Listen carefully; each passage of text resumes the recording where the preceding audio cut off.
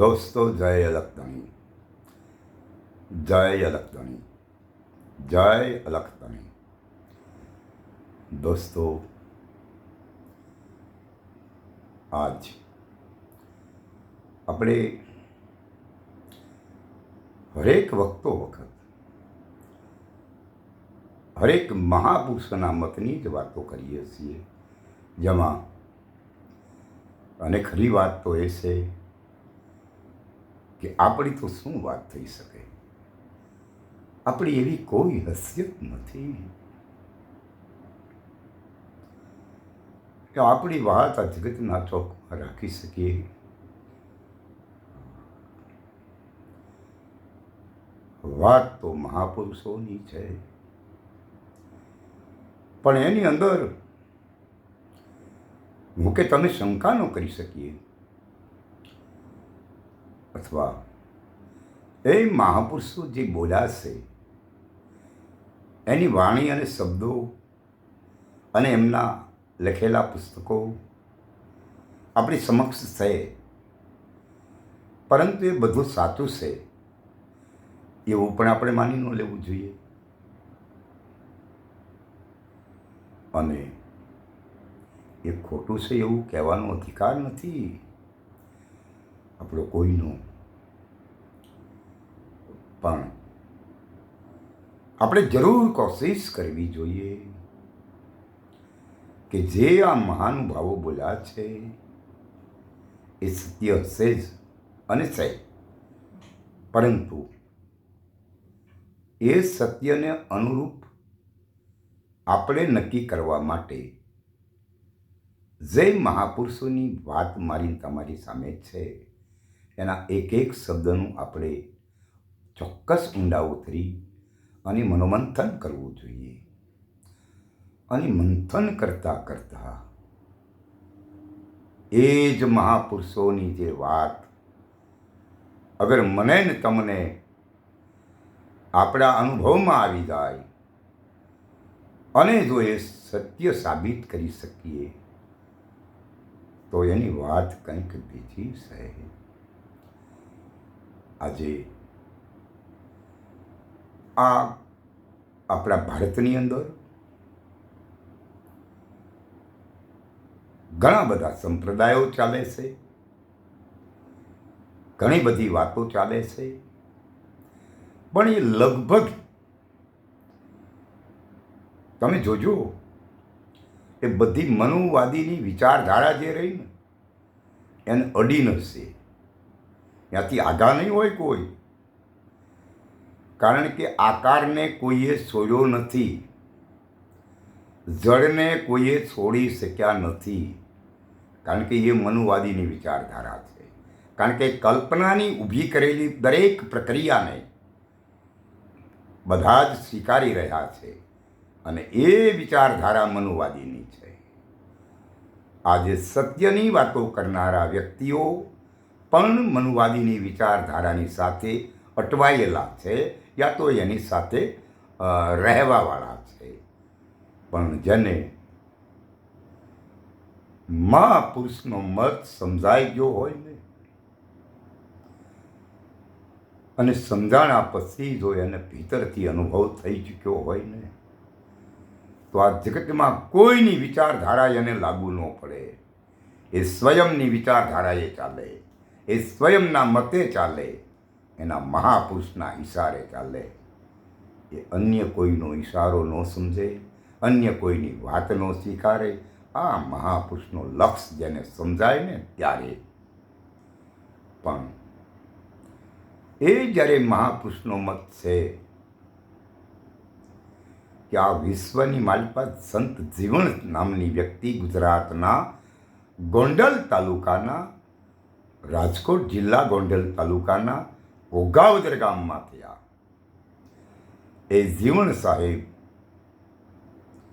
ને 17માં ભીમ ભેટા એવી વાત છે, પણ 17 ગુરુની કોઈ વાત અસ્તિત્વમાં નહીં આવી, ફક્ત ભીમની વાત છે. અને એ સંત ભીમનો સ્પર્શ થાય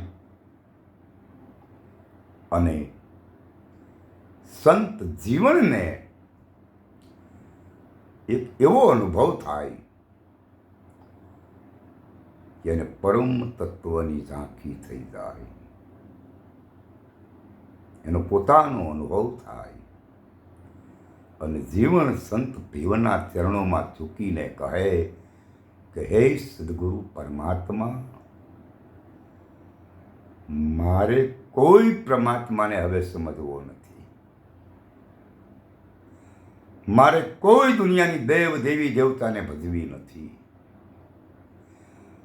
મારે કોઈ ભારતના કહેવાતા આ મનુવાદીઓની વિચારધારાવાળા એક 24 અવતારોમાં પણ હું રાચવા માંગતો નથી. તો જીવન તને એવું શું સમજાણું છે? આવી ટકોર સંત ભીમ જ્યારે કરે ત્યારે જીવન સાહેબ કહે કે પ્રભુ, મારે જે પરમ તત્વની ઝાંખી કરવી હતી એ મને મારી ભાષામાં સમજાઈ ગઈ છે. જીવન એમ ન ચાલે, તો તારા અનુભવની વાત કરી. અને ત્યારે જીવન એવા શબ્દનો ઉપયોગ કરે કે નહીં અક્ષરની લખ્યાની લી, જીવનને ગુરુ ભીમ ભેટાઈ રાતનો થઈ ગયો દી. નહીં અક્ષરની ઉત્પત્તિ, નહીં લખ્યાની લી, જીવનને ગુરુ ભીમ ભેટે ને રાતનો થઈ જાય દી. મને એવી જે વાત સમજાણી કે જ્યાં અક્ષરોની ક્રિયા કામ ન આવે, જ્યાં શબ્દોની ક્રિયા કામ ન આવે, નહીં લખવાની લીટીની કોઈ જરૂર પડે, મને સંતનો સ્પર્શ થયો, અજ્ઞાન રૂપી અંધકારનો નાશ થઈ ગયો ને જ્ઞાન દીપ પ્રગટ થઈ ગયો. વાહ! તો આજે પણ આ વાત મને ને તમને જો સમજાઈ જાય કે ભાઈ આમાં હું કોણ છું અને હરિ કોણ છે. આમાં હરિ અને હું, મહાપુરુષો કહે છે કે જહાં હું નહીં, તું નહીં ને તે નહીં. અરે ऐसी कैसी बात है? એવી કઈ વાત છે કે જ્યાં હું નહીં, તું નહીં અને તે પણ નહીં? આ ભૂમિકા નિષ્ઠાવાન મહાપુરુષનું જો મિલન થાય, જેની અંદર એવો લક્ષ્ય ન હોવો જોઈએ, જેની અંદર એવો ભાવ ન હોવો જોઈએ કે આનો હું ગુરુ બની જાઉં, જગાડવાની તમન્ના હોય, જાગૃત કરવાની ભાવના હોય, એની સિવાય કાંઈ ન હોય.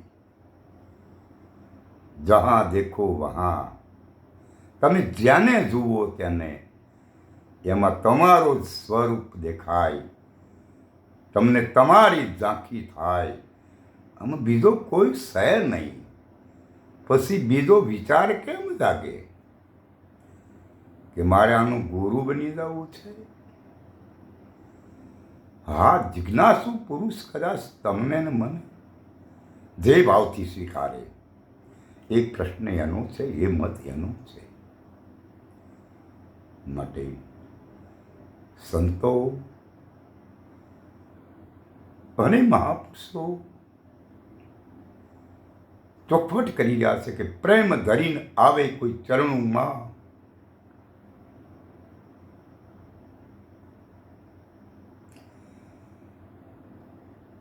પ્રેમ ધરીને કોઈ આવે ચરણોમાં, તો મારું પરમાત્મા એની બાવલી ચાલી લે, એનો ઉગારો થઈ જાય. પણ જો પ્રેમ ધરીને કોઈ આવે ને, તોની વાત છે. અને આ ડિંડક બધાય ઊભા રાખવા હોય ને કે મારે આમાં તું કોણ છો એ ઓળખી લે, આવી વાતો કરવાવાળા ઘણાય મેં સાંભળ્યા હવે તો. પણ ભાઈ એવા નહીં, પણ મારો સંદેશ છે કે આ ભાઈ હું કોણ છું એવું જાણી લેવું જરૂરી છે. આવું બોલવાથી નથી થઈ જતું. આને માટે તો ઘણું બધું ત્યાગની ભાવના હોય, વૈરાગની ભાવના હોય. મેવાડગઢની મહારાણી મીરાને ઘણી બધી રોશની હોવા છતાં જેને આ ભાવ જાગ્યો, એકવાર પાકીમાં નાહી લો તો હર મહિને આ કાશી નદીમાં નાહવા ન આવવું પડે. કાશી નગરીમાં એકવાર પાકી નગરીમાં જઈ અને ઈ ગંગાનું સ્નાન કરી લે તો એને ફરીને આવવું ન પડે આ કાશીમાં. અને એ ઘણા સંતોને મળી ચૂક્યા, પણ એ જેટલાને મળ્યા ને એ બધા મનુવાદી વિચારધારાવાળા હતા. કઈ રીતે બતાવી શકે કે કઈ કાશી છે અને ક્યાં એવી ગંગા ઘાટ છે કે એકવાર નાહ્યા પછી એ પાકી નદીમાંથી પાર નીકળ્યા પછી ફરીને એને નાહવું ન પડે એવી નદી કઈ? એ મનુવાદીઓની વિચારધારાવાળા લોકોને ન સમજાય, કારણ કે તો કાલ્પનિકને માનવાવાળા છે ને. છેલ્લે જેને પ્રેમ છે ને એ બધું છોડી શકે છે. ગમે એટલી રોનક હોય, ગમે એટલી રોશની હોય, એ સબ કુછ છોડી દે. અને મેવાડગઢની મહારાણી મીરાએ મેવાડગઢને છોડી દીધું. વિચારો. અને સંત રોહિદાસના સાનિધ્યમાં જઈ એનું ચરણ સ્વીકારી અને એ કાશીનગર અને એમાં પાકી નગરી કઈ અને એમાં ગંગાનો ઘાટ કેમ એ એક્ઝેક્ટ સાબિત કરી અને પરમ તત્વની પહેચાન કરી ચૂક્યા. પણ એને બધું છોડવું પડ્યું. અને આમને તો હજી બધા ડીંડાટ ઊભા રાખવા છે અને કેવું છે કે એકવાર મનુષ્ય અવતાર મળ્યો છે એટલે હું કોણ છું ઓળખી લેવી જરૂરી છે.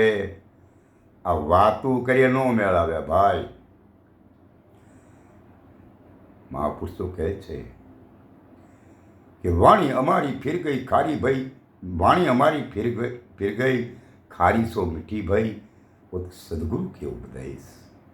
વાણી અમારી ફિર ગઈ, વાણી અમારી ફરી ગઈ, ખારી હતી એ મીઠી થઈ ગઈ, એ તો સદગુરુનો ઉપદેશ લાગ્યો. એટલે હવે તમારી તો હજી વાણીની છે, તમારું વર્તમાનીનું છે, અને તમે એ બાબતે ક્યાંથી કહેવા માંડ્યા કે એકવાર આ જગતના ચોકમાં મનુષ્ય અવતાર મળ્યો છે એટલે હું કોણ છું એ જાણી લો. એમ વાત કરીએ નહીં પતી જાય ભાઈ. અઘરી આઈટમ છે આ. કારણ કે જ્યાં સુધી તમે બધું કરી રહ્યા ને એને છોડી દો ને પછી આમાં ઉતરાય એવું છે. અને જ્યાં સુધી એને સામે રાખશો ને ત્યાં સુધી પત્તો નહીં ખાય. માટે સાચી નેહ ધરાવો, નિષ્ઠા રાખો અને વિચારધારા જે મનુવાદીની રહીને એમાંથી બહાર આવો અને જગતના લોકોને સાચી વાત સમજાવવાનો રસ જાગ્યો હોય, કોઈનો તમને શબ્દ સ્પર્શી ગયો હોય તો આ તમારા ડિંડક પહેલાં બંધ કરો અને તમને ઓળખવાની વાત જે રહી ને એ પહેલાં તમે જાતે ઓળખી લેવી એ જરૂરી છે. બાકી ડિંડકની વાતો કરવી છે ને પાછું હું કોણ છું એને ભેળવવું છે, એટલે આ તો કોઈ દી ન ભેગું થાય. એટલે સારી વાત કહેવાય, પણ હજી સમય હોય તો આની પારખ જરૂર કરી લેવી જોઈએ. કારણ કે આ તત્વસાર કરીને લોકમાં એ જેમ તેમ બધાને સમજી શકાતો નથી. આ પરમ તત્વ જે રહ્યું એ હરેકને પરખી શકાતું નથી. પણ જો જિજ્ઞાસા હોય, પ્રેમ ધરીને કોઈ સંતના સાનિધ્યમાં જાય અને એનું સર્વસ્વ એને સમર્પણ કરે, અર્પણ નહીં અરે સમર્પણની ભાવના હોય તો જ તમને સર્વસ્વની જે સારા વિશ્વનો શહેનશાહ છે, અખિલ બ્રહ્માંડનો નાથ છે, એ દરેકને વરદાન આપવાવાળાને પણ વરદાન આપવાવાળો છે. એની પારખ સહેલાઈથી થઈ જાય, પણ અઘરી બાબત છે તેમ છતાં. કારણ કે સહેલાઈથી થઈ જાય એ વાત છે, પણ જેને થઈ છે ને એને ખબર છે કે આનું રિઝલ્ટ લાવવા માટે શું કરવું પડે. માટે તૈયારી રાખવી પડે દરેકને. જય અલખધણી, જય અલખધણી, જય અલખધણી.